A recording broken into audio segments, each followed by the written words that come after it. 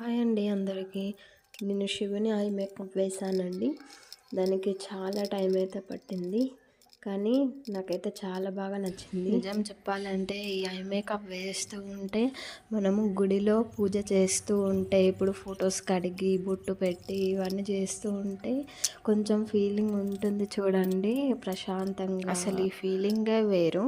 అయితే eye makeup వేస్తూ ఉంటే ఐబ్రోస్ డ్రా చేయడం అయినా, ఐస్ డ్రా చేయడం అయినా, కాజల్ పెట్టడమైనా, ఐ కలర్స్ అన్నీ పెట్టడమైనా అసలు ఎంత బాగా అనిపించిందంటే, అరే నేను మంచి పూజ చేస్తున్నట్టుగా ఆ ఫీలింగ్ వచ్చిందండి.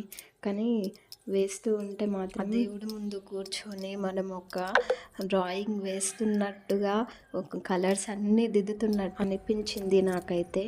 శివుడి ఐ మేకప్ వేస్తూ ఉంటే నాకైతే ఈ ఫీలింగ్ ఉందండి.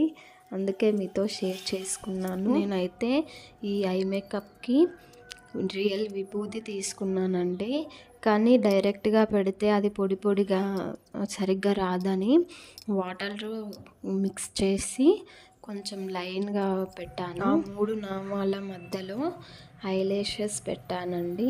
తర్వాత ఐ డ్రా చేస్తూ తర్వాత ఫినిషింగ్కి మంచి కలర్స్ ఐ కలర్స్ యూస్ చేస్తూ నీట్గా డ్రా చేసుకోవాలి. దాని తర్వాత షిమ్మర్స్ కూడా అప్లై చేసుకోవాలి.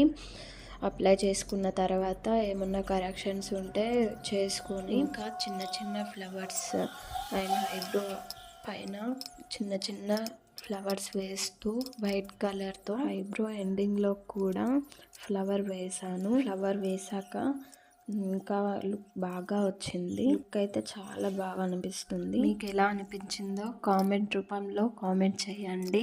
అండ్ లైక్ అండ్ సబ్స్క్రైబ్ చేసుకోండి. ఇలా మీరు సపోర్ట్ చేస్తూ ఉంటే ఇంకా ఎన్నో వీడియోస్ చేస్తూ ఉంటానండి. ఇదిగో చూడండి, మన శివుని మేకప్ రెడీ అయిపోయింది. ఎలా ఉందో చెప్పండి. నాకైతే చాలా చాలా నచ్చింది. మర్చిపోకండి లైక్ అండ్ సబ్స్క్రైబ్ చేసుకోండి.